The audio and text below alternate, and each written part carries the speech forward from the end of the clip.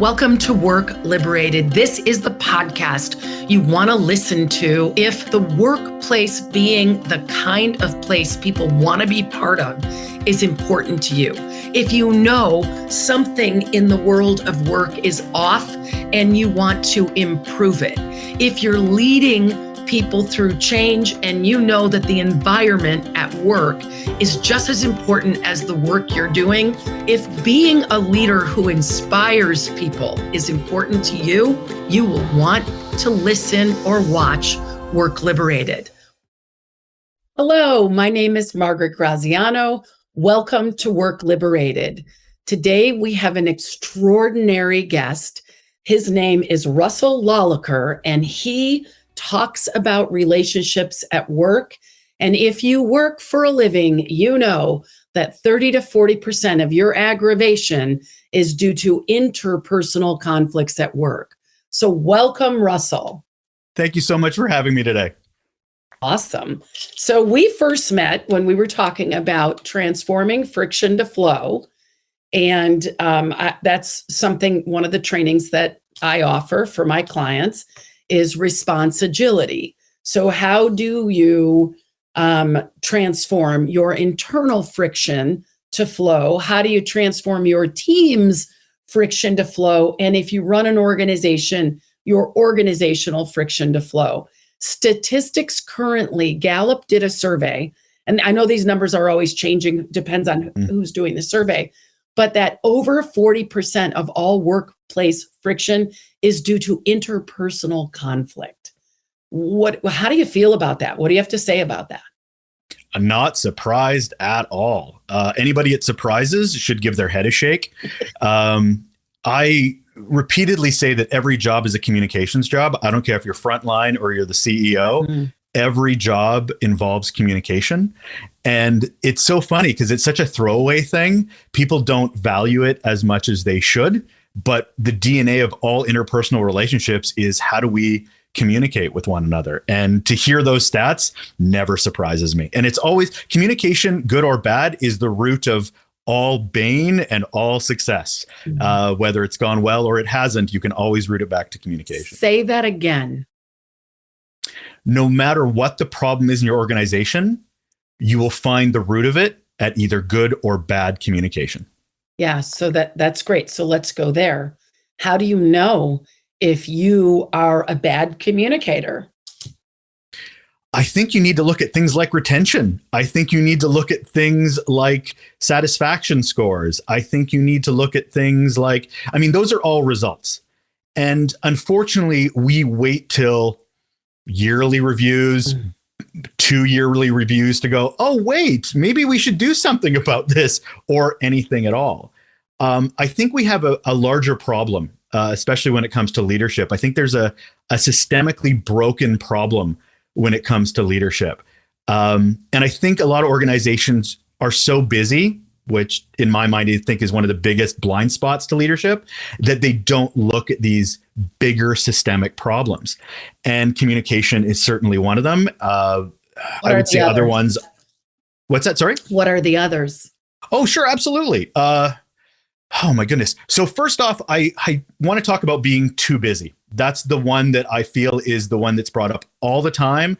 It's almost used dismissive. How many leaders do you hear go, I got 5 minutes for you? That's not leadership. That is barely management. That means you can't manage your time or your boundaries, or your boss isn't letting you.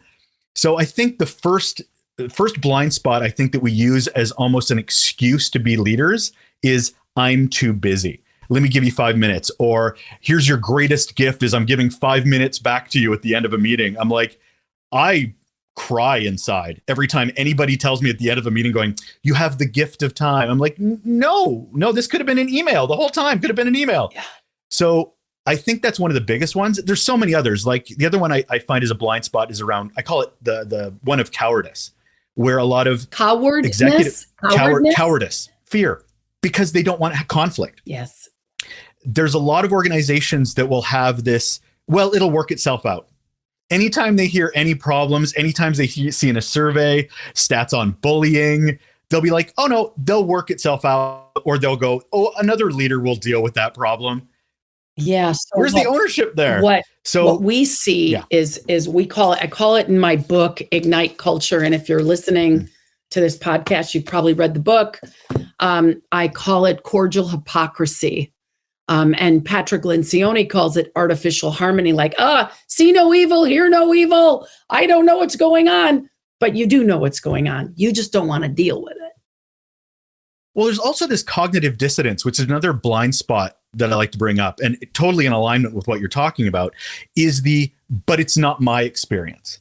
Like, you'll go to a colleague or another boss and go, X person is a horrible leader, impact after impact after impact. And they'll go, oh, I'm sorry to hear that. That's not my experience. And it's such a dismissive attitude where the narrative they've told themselves based on their own experience limits itself from allowing worldviews of others to penetrate it.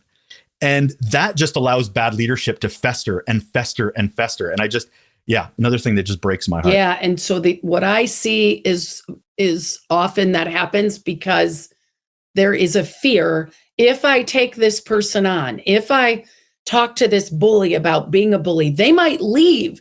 And if they leave, they'll take all their clients and they'll go away. And we can't have that. So we've got to put up with it.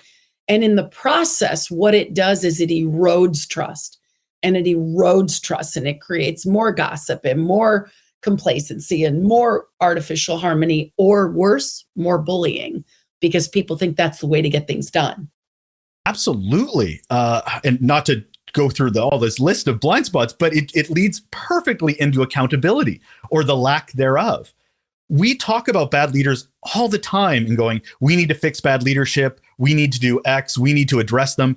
But nobody talks about the person that hired them.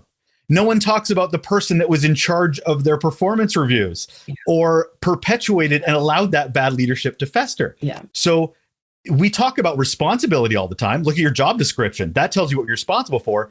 But how accountable are we to those people that we are supposedly responsible for? And that's where I think we're really having a problem here with leadership, is that we're not accountable to when it's bad. We certainly take it on when it's good and rave about it. But when it's bad, it's that bad leader's problem, not the culture or the organization's problem. Yeah. And what I notice in the work that we do is, if you don't have a noble cause, like if your cause is making money, you're going to filter all your decisions. What's going to help me make more money? What's going to cause me to lose money? That's how you're going to make decisions. But if you have a noble cause, which all organizations should, should is not the right word. I invite every organization to have a noble cause, something that inspires people, and real values, not just a laundry list of what you bought at CultureWise of 30 values that we're going to have, but like 3, like Microsoft under Satya Nadella has 3: accountability, respect, and integrity. 3, easy to define, easy to train to, not always so easy to conform to, but at least you can talk to people and say, hey, when it comes to accountability, we're missing something.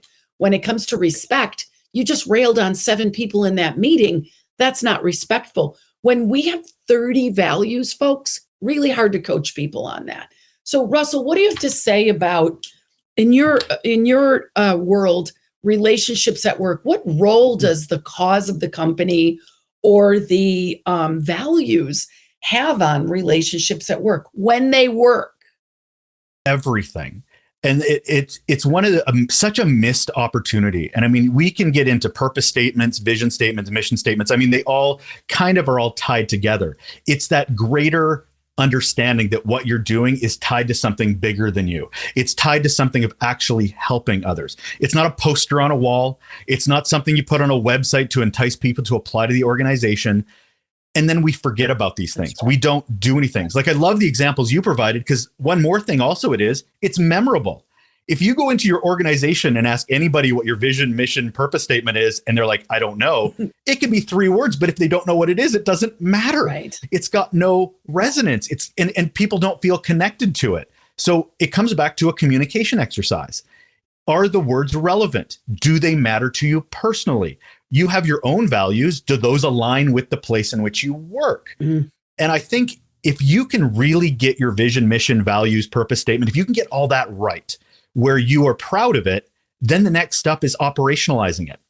It's really understanding, okay, well, that's what your value is. Say accountability. Well, what does that actually look like in the organization? Yeah. How do you reward that behavior? How do you reinforce that behavior? Because again, if it's just a poster or a website, it's a false statement because it actually doesn't mean anything. Are you hiring based on it? Are you promoting based on it? And what are the consequences for not? That's what nobody wants to talk about. What are the consequences when you have somebody, we're saying accountability, but let's use the word respect that almost everybody has in their values. Well, what happens when you're not respectful? What are the consequences? Do we talk about it? Do I have therapy about it or coaching or counseling? Or do we all pretend we didn't hear it and maybe it'll mean it didn't happen? And I'll go one step further on that as well, is defining it. Because we have a lot of diverse people that work from different geopolitical, cultural, everything. And what you think is respectful might be very different than what I think is respectful. Right. So we need to, I love that I keep coming back to communication. We have to define what these words are. Leadership, communication, those need to be defined. Yeah. We certainly throw them around like they're just a word of the day calendar exercise, but we don't actually go in and go, well, this is what I think leadership is. I'll give you an example. Yeah, give me an example. If you go to anybody in an organization, they'll be like, define leadership to you. And I mean, anybody in the organization, they'll be like, Brene Brown, Simon Sinek. This is what leadership is. Great. Then you see how the organization operates. Who do you promote? Based on being Simon Sinek or Brene Brown? No, you promote people or reward people based on fixing your problems or because they deliver a result, not how they got the result itself. So it's what the organization's really telling employees is the ends justify the means. Mm-hmm. It's not about the relationship to get to those results, which is a byproduct of a great relationship, great work ethic. It is the success metric. So you could be the most great Brene Brown, Simon Sinek clone in the world, but if you're not making X widget or delivering X service, you're fired or you're not promoted appropriately. Yeah. But we're ignoring the DNA. Yes, that's so good. So gosh, there's so much here. I think it's a yes and. I think so. Okay. So we use a survey in our work, and PricewaterhouseCoopers surveyed 300,000 CEOs. They all said, no, not all, 75% said the number one criteria they look for on their leadership team is a results producer. Number two is the behaviors to get those results. But you and I both know that number one is here, and number two is way down here. And only do they deal with number two when it gets, this is interesting to try to do this on camera. Only when it gets really dysfunctional do they really deal with the number two. And then what I've seen is then they want to fire the person, but they didn't deal with the issue as it happened. And then the next issue as it happened. And they didn't even try to rehabilitate the person. They're just now done and you're out. And I think that's just as much part of the problem as the original person being the violator, because the world is filled with executive coaches now. And all these companies are paying for coaching and development, but if they have cordial hypocrisy and they don't want to deal with the issue in the moment of the issue, they're at fault in why this went on so long. Anyway, I'm going to be a big jerk here. Russell. No, I'm going to be a huge jerk here. The reason there's so many executive coaches is because that's where the money is. Mm-hmm. That's where people hire, is at executive coach level. Here's the problem. Executives have been rewarded for not being leaders. Mm-hmm. They've been rewarded for delivering. They've been rewarded, as I've talked about, promotion, not about the human skills. So now they're supposed to learn all these human touchy-feely stuff when they've been rewarded and paid not to. Don't get me wrong. I'm painting a very broad brush here. But if you want real, impactful, better leaders, you're at the middle management. You're at the entry level. Mm-hmm. This is getting habits formed, practices made, mindset shifts. It's not a result after the fact. It's strategic, which is before they need it. And I think that's one of the bigger problems. But unfortunately, of course, budgeting, all the money's at the executive level. So that's why we have executive coaches. So let me ask you don't see many middle management coaches. Let me ask you a question. Sure. Do you believe people can change? Of course. Okay. So you believe people can be rehabilitated from bully to compassionate human being who can be patient and work with people? Yes, but I also don't think it's a straight line. Yeah, I think there's a lot good. of ego involved. I think there's a lot of, it's certainly not a, hey, if I take 2 coaching sessions, I'm a better leader. No. This is not a checkbox exercise. Yeah. This is a development conversation. One of the things that keeps coming up on my show, Relationships at Work, is that we keep hearing about leadership development. And every time I hear about leadership development, I'm like, no, it's personal development. All we're talking about is empathy, listening. It's like, it's just going to make you a better leader. So why do we differentiate? We're just trying to make you a better human. Can this be better? Absolutely. There's tons of stories like that. But there's also more stories of leaders going, am I done yet? Am I done yet? Because I did this last week. Do I have to do this again? They compartmentalize it because they're so focused on the end justifying the means, not how to be better for the means part. So I have a good story. Please do. We have a guy that got an executive coach. And I don't think he heard in the Designed Alliance that there were some things in his behavior that didn't work. He did the work, but after he felt that he had gotten to the top of the mountain, he would procrastinate on calling his coach. He had one good moment in an executive meeting where he didn't get reactivated. And they kept giving him, like the CEO kept saying, like, we got some challenges here. In the end, he lost half of his responsibility because he wasn't connecting to the people. And he said he didn't know, and he didn't know that he didn't know, but I've been talking. I wasn't his coach, but he was being coached by my organization. And so I check in with people, and I know there's no end to the mountain, but it changed the trajectory of his career because he was such a blockhead. He didn't understand that plowing through people to get results is not gonna eventually gonna get you where you want to go. It's gonna make you go backwards. So you said, let's get the managers early in the game or middle management. And then you also said, but nobody wants to spend the money. So what's the solution? I think it comes back to, so there's the first thing I talk about when I talk about leadership is there's 3 things we need to have great leaders. One is self-awareness. Second is situational awareness. And third is that communication. It's know yourself, know the environment in which you work, and then figure out how to connect with those in which you work.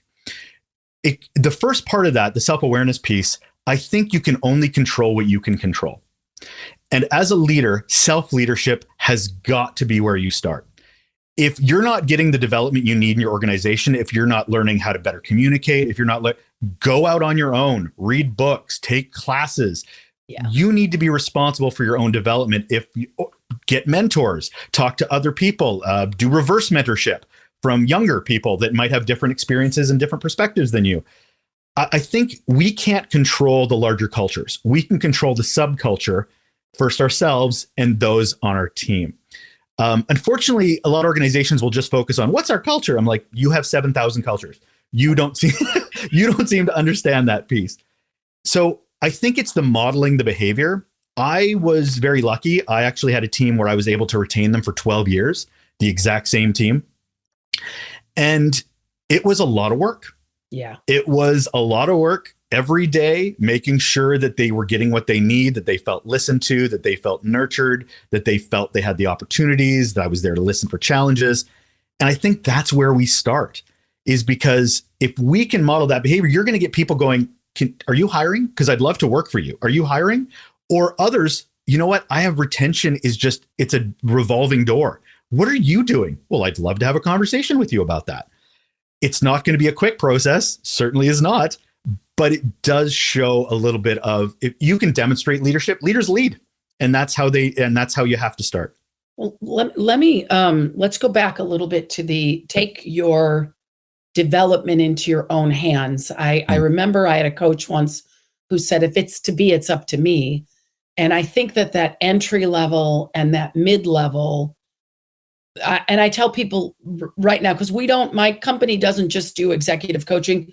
We work with the cohorts to make change happen.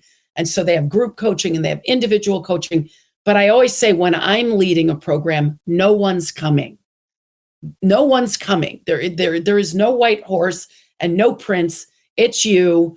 And any of these naughty behaviors that you have at work, like CCing 25 people on an email or calling people out for not getting something done and humiliating them in front of a room of 19 people, all of that is stuff you do at home too.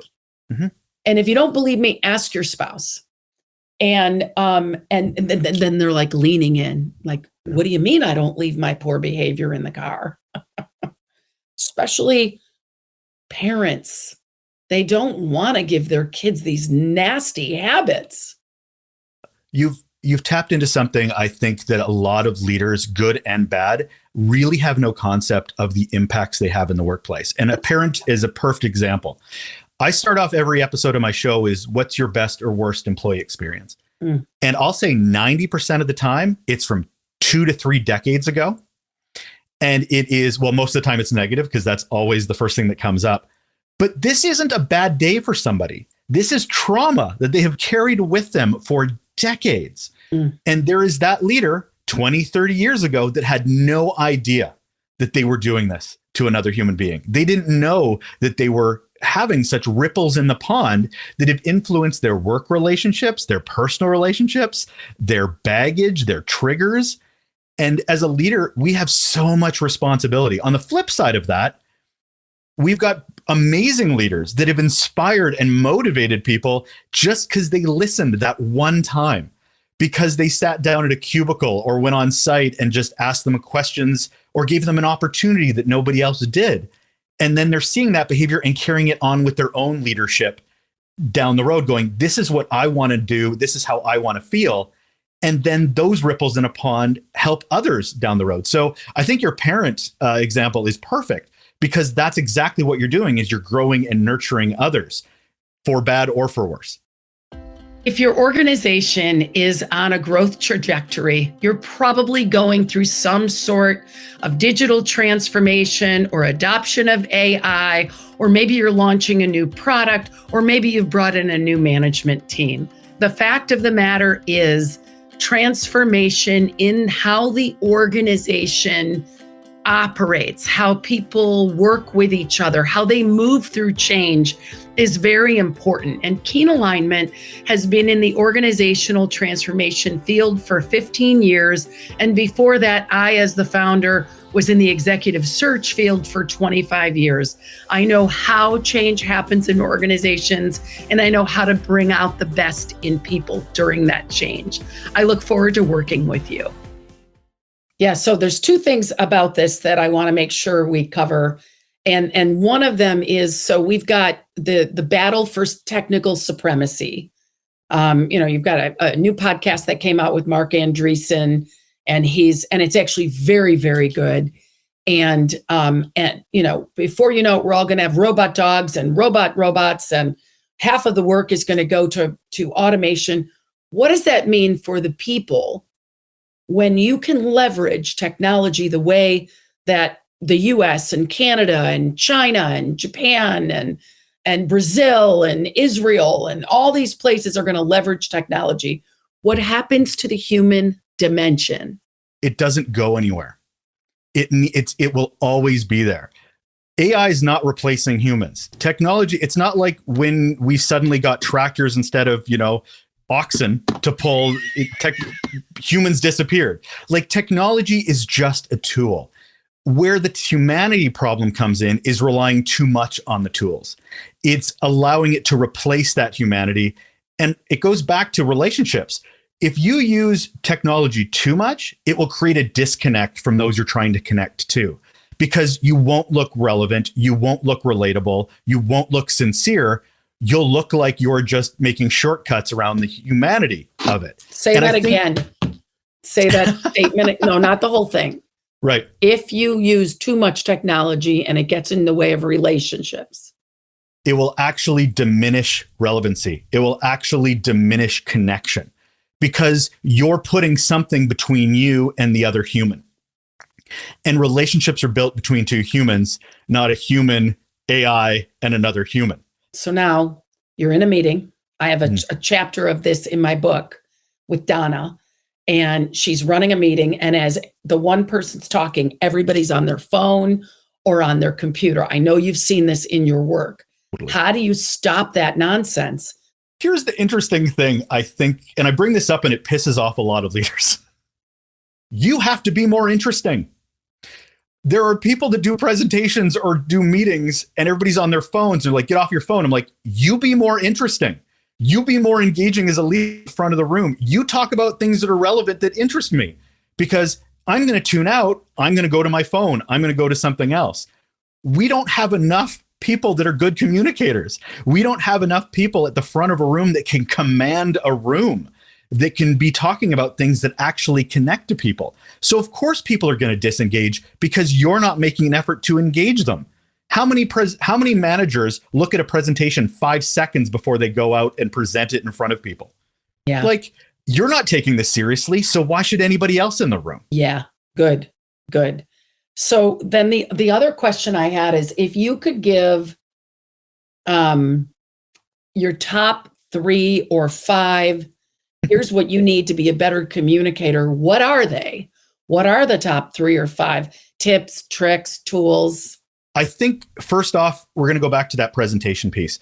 If you're standing at the front of a room, and there's a big difference between reporting and presenting. You should never have anybody in the room go, hey, you could have just given me the PowerPoint presentation or the slide deck. I didn't need to hear you recite back word for word what the slide deck said. You need to be a person that a presenter entertains, a presenter presents. It is a presence thing. And that only comes with practice, and understanding what you wear, your tone of voice. I don't care if it's on a computer virtually or it's at the front of a room. It's all the same thing. It's inflection, it's tone. Take Toastmasters. I don't care what it is. But until you can be somebody that people want to listen to, nobody's listening to you. They have other things to do. They're busy too. So I think from a communication standpoint and building a relationship, you have to be somebody that people want to build a relationship with. I think another thing around communication, and this is a bedrock of communication, is trust. You need to be somebody that people trust, or they're not going to read or listen to anything you have to communicate. And one of the key things I bring up around trust is that people will treat trust in the workplace so like it's a different thing. Like it's what's trust like in the workplace? I don't know. Do you have friends? Do you have family members? Because building trust with them is the exact same freaking thing in the workplace. Transparency, consistency, making an effort, being honest. These are foundational human things. And yet we in the workplace want to go, well, what is your trust strategy here in the workplace? Have you done a Gantt chart? Where's your Excel spreadsheet for trust? Oh my God. Okay. So we can't do that. I have a great book. It makes sense to refer it now. It's by Fernando Flores and Robert Solomon, and it's called Building Trust. And I cannot tell you, Russell, how many times I have recommended that book to leadership teams and they've never read it. It's so simple. Plant the seeds, water the root, and nurture the plant. If you say you're going to do something, do it. If plans changed, then and circumstances changed, we'll communicate that. But it's just amazing to me at, the see no evil, hear no evil, say no evil. People think that's better than just getting out in front of the problem. So we've got build trust. We've got become a better public speaker, speak so people listen to you. What else? What are some others? I think a big piece of this is getting to know your audience. We are not islands. So communication is two-way. It is what you say and how it's understood. Unfortunately, most organizations just focus on the first part, and that's called broadcasting. That is talking at, not talking with. And if you understand your guests or audience, then you can cater the message so it's more interesting to them. How do you do that? Ask them. Send them communication and go, what worked? What didn't? What could I do better? Some people will like, it needs to be shorter. It needs to be longer. You don't have to do everything they say, but make adjustments and don't be stubborn, because at the end of the day, it's about the connection and relevancy and wanting them to understand. It's not what you want to say, it's what they want to hear. And you have to understand them a lot better to be able to get to that point. And that's really getting to understand your team, your organization, work with HR, work with other leaders to get to that point. Well, this is so good. Even, for a living, I work with organizations and I work with them on communicating. I have a marketing person in my life now, and she keeps saying, what does your audience want to hear? What does your audience want to hear? And so when you said that, like, don't just say what you want to say. What do people need? What do people want? And so I think no matter where you are in your career, it goes back to the very first thing you talked about, self-awareness. And the only way you can be self-aware is to understand situationally what's going on in the world and how am I playing into that. And when I say world, it could be team, it could be family, it could be personal relationships, it could be, dyad relationships, or it could be multiple departments. So really good. So we've got the practice your speaking so people want to hear you. You've got to be entertaining. You've got to talk about something they want to hear. Then building trust, planting the seeds of trust, and keeping the trust, watering the root, nurturing that relationship. And then the third piece is understand who works with you, understand who your employees are. In the ideal culture world, we call that humanistic. Who's Mary married to? What are her children's names? What do they like to do for fun? When Mary's stressed out, what stresses her out? And what days of the week is Mary most stressed out? And maybe I should have my meeting with her on a different day. Who wants beer meetings? Who wants walking meetings? Who wants, uniform meetings? Who needs emails? Who needs follow-up? Who doesn't? You got to know your people. So that's three great ones. Give me, and we've got 5 minutes left. Give me one more. This goes back to what I talked about a bit earlier. Actually, before I say that, I want to touch on what you said about situational awareness. So again, self-awareness, situational awareness, and communication are the superpowers of any great leader. Situational awareness, you nailed it there, in that to understand the situation, it's not just, well, they're a single mom. They've got, they have to be more flexible on Tuesdays. Like, that's vital. You have to know that. But it's also understanding the subculture, the culture of the organization, and then the world in which we live in. I remember doing a keynote presentation, and I listed 7 things that were impacting employees and teams today that had nothing to do with work. Right. Like, it was everything from politics to the economy to climate problems. It was all there. And this is nothing you have control over, but you damn well better be aware of it and understand that this has an influence on the people that are walking through the door to help you every day. Yeah. So the situational awareness it expands out. You have to start with yourself, but then the situational awareness just gets further and further out. You're talking about my logo right now with the circle, the leader within, the team, the everybody else, and then everybody else. Everybody else. I read in a neuro-linguistic programming training that on average, there are, I just want to get my stats right, 400,000 bits of information coming into our like circumference of just our awareness. And the human brain, actually, that's not true. It was 120,000 to 140,000 bits of information.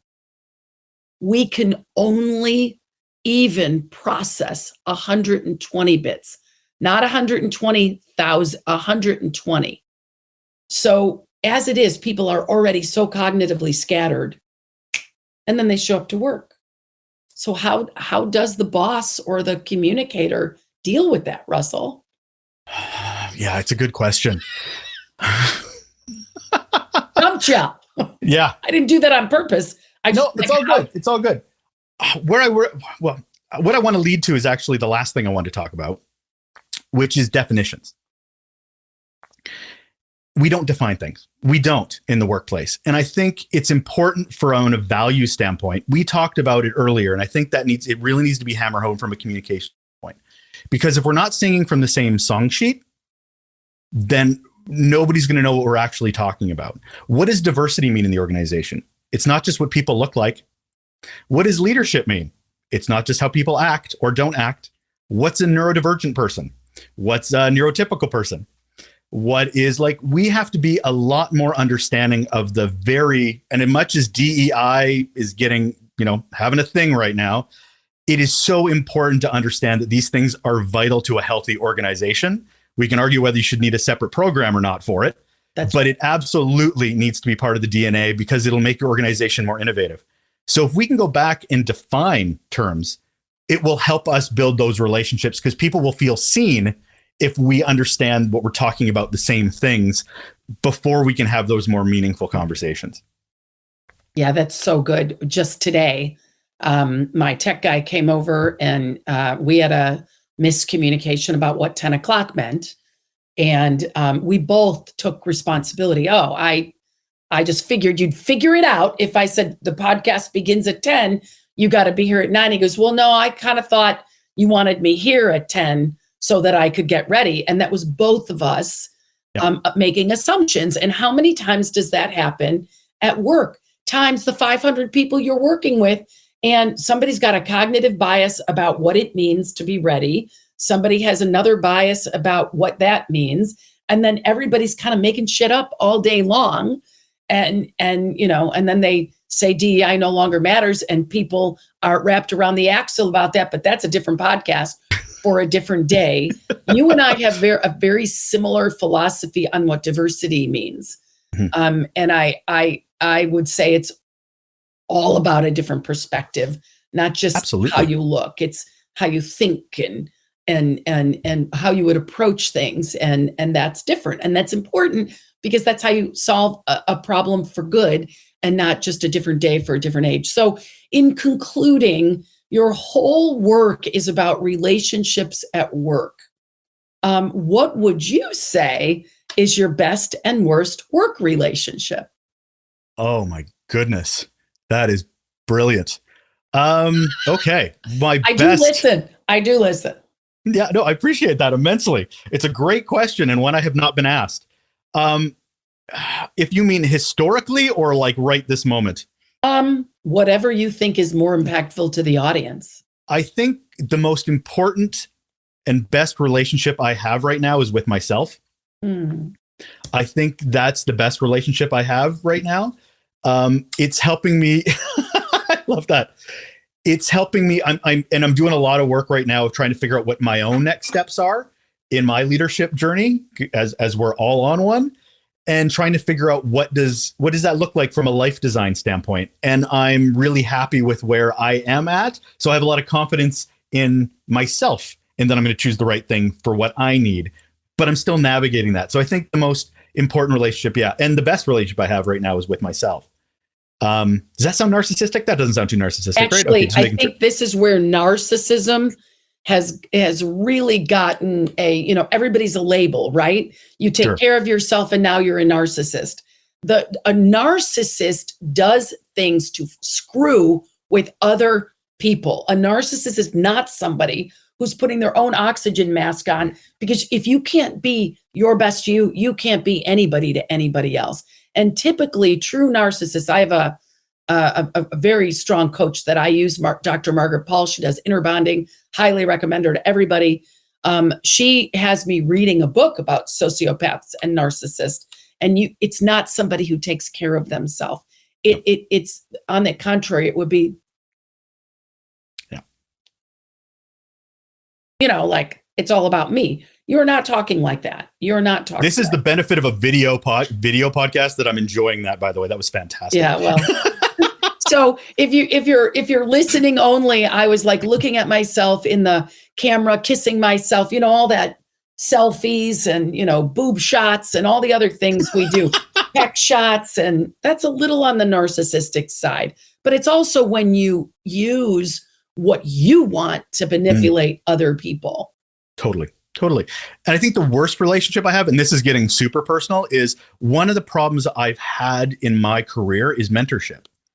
I've never had a really good mentor for an extended period of time, or a coach. it's not for lack of trying. It's not for lack of people in my life coming in and out, but it's always been a struggle sometimes it's either because they weren't the right fit or whatever, but it's been a journey that I've continued to be on, is trying to figure out what mentorship looks like for me. Not that I love mentoring others, and I've done that repeatedly through my career, but finding somebody for myself has been more of a challenge than I'd like to admit, but it's certainly one that I've had. It's been an interesting one. Okay. Are you willing to take some mentoring advice from me? Do it. It's your show. Go ahead. So before we ever do an engagement, sure, we give this psychometrics assessment to people, and then they get a debrief. And in the debrief, we can say, here's what you said your values were. Here's your operating style. Here's how you see the world. Here's where your biases are. Here's where you accelerate, like you excel in leadership. And here's the area where you probably need some work.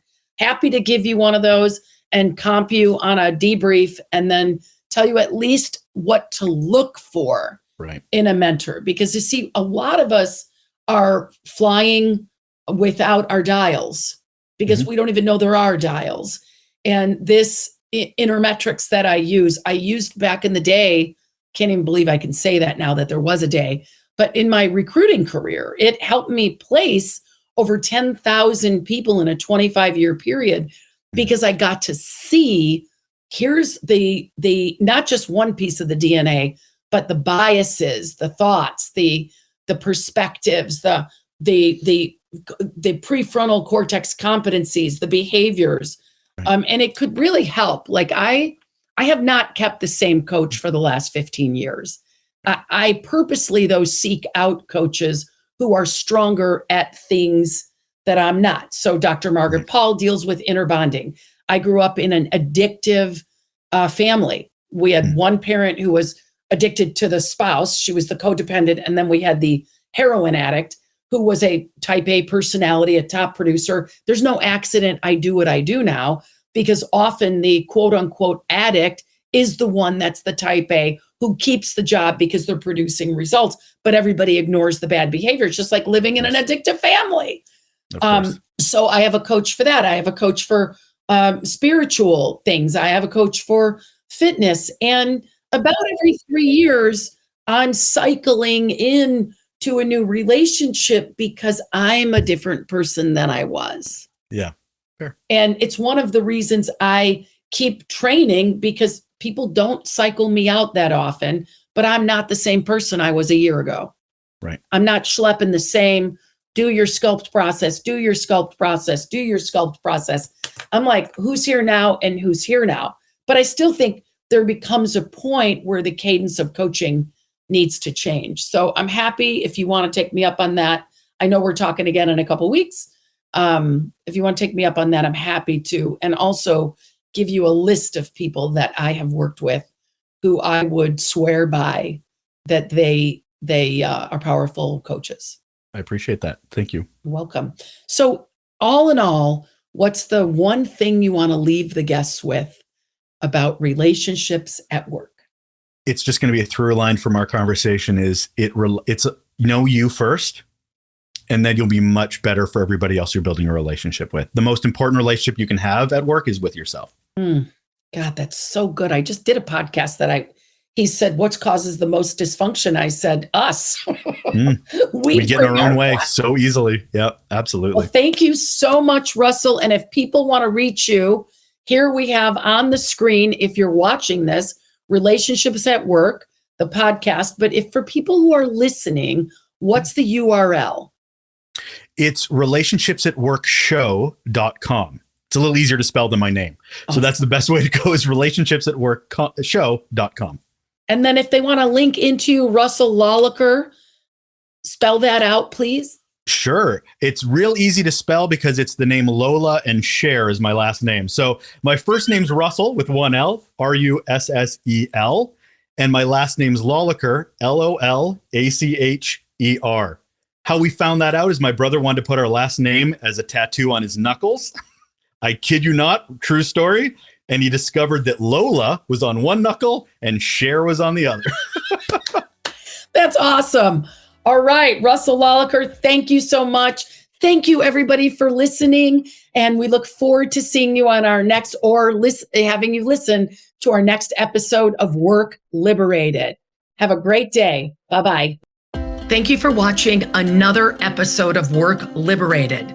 If you enjoyed today's episode, please share it with your friends, put a comment in the comment section, and like it. Thank you so much, and we'll look forward to seeing you next time.